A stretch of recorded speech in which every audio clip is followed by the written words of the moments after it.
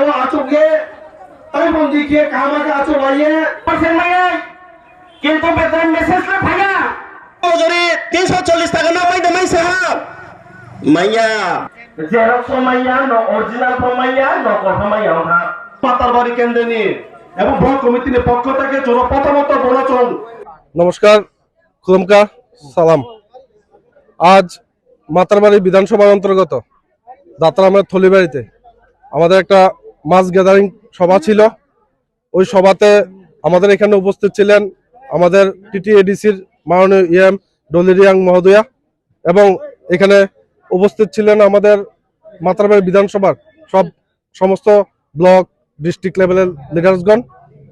আমরা শুধু একটাই সমস্ত রাজ্যকে মেসেজ দিতে চাই, আমরা মহারাজের সৈনিক এবং সমস্ত রাজ্যে যেহেতু আগামী 16ই ফেব্রুয়ারি বিধানসভা ভোট, ওই ভোটকে সামনে রেখে আমরা এখন মানুষের বাড়ি বাড়ি ডোর টু ডোর প্রচার করছি, বাজার সভা করছি, তারই অঙ্গ হিসাবে আজকে একটা মাস গ্যাদারিং।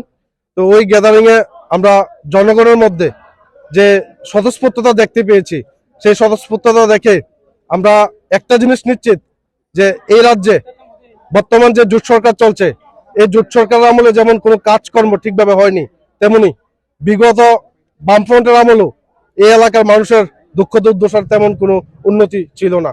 সব এলাকাতে আমরা যখন ডোর টু ডোর প্রচারে যাচ্ছি, মানুষের দুঃখ দুর্দশা কি জিনিস, কেউর ঘর নেই, কেউর বাড়িতে জল নেই, বাড়ি যাওয়ার রাস্তাঘাট নেই।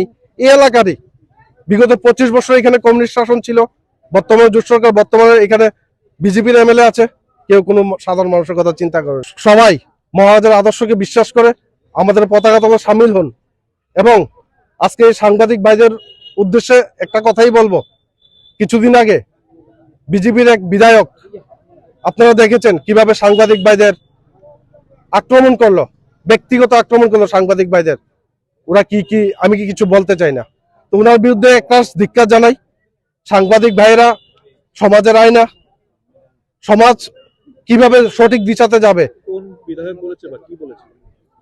বিধায়ক বিজেপির এক বিধায়ক সুধাংশু দাস বলেছিল, এবং সাংবাদিকের বিরুদ্ধে আপনারা জানেন কি বলেছে, সেটা আমি বিস্তারিত বলতে চাই না। কিন্তু যেটা বলেছে উনি, সেটার বিরুদ্ধে আমাদের পার্টি ধিক্কার জানাচ্ছে, আমিও ব্যক্তিগত ধিক্কার জানাই। সাংবাদিক সমাজের আয়না, তারা সমাজের জন্য কাজ করে, সেটা বলা উচিত না। এবং মহারাজ সবসময় আপনাদের যারা সংবাদ মাধ্যমে যুক্ত আছেন, ওনাদের আপনারা জানেন কিভাবে রেসপেক্ট করে, এবং আমরাও করি। তো বিগত দিনে এই রাজ্যে যে একটা অস্থির পরিস্থিতি ছিল, আপনারা যেভাবে ভয় ভীতির মধ্যে কাজ করছেন, আগামী দিনে আপনাদেরও যে সরকার পরিবর্তন হবে, সেইখানে আপনাদের কথা আমরা চিন্তা করব। আপনাদের যাতে শারীরিকভাবে হেনস্থা হতে না হয়, আপনাদেরও একটা পরিবার আছে, তার জন্য মহারাজ চিন্তা করে অলরেডি রেখেছেন। এবং আমরা আশাবাদী সাংবাদিক ভাইয়ের আগামী দিনে তাদের জন্য ভালো কিছু উপহার আছে। পত্রপত্রিকায় দেখা যাচ্ছে যে মহারাজা নাকি বিজেপির সাথে জোট হচ্ছে, বিষয়টা কি? দেখুন, বিভিন্ন পত্রপত্রিকা লিখতে পারে, এটা হচ্ছে বিজেপির মাইলেজের জন্য লিখছে, আসলে এমন কিছু না। বিজেপি যদি আমাদের সাথে জোট করতেই হয়, আমাদের লিখিত দোক গ্রেটার ত্রিপুরাল্যান্ডে। আমাদের একটি দাবি, গ্রেটার ত্রিপুরাল্যান্ড, এছাড়া আমাদের দ্বিতীয় কোনো দাবি নেই। No compromise with any national party.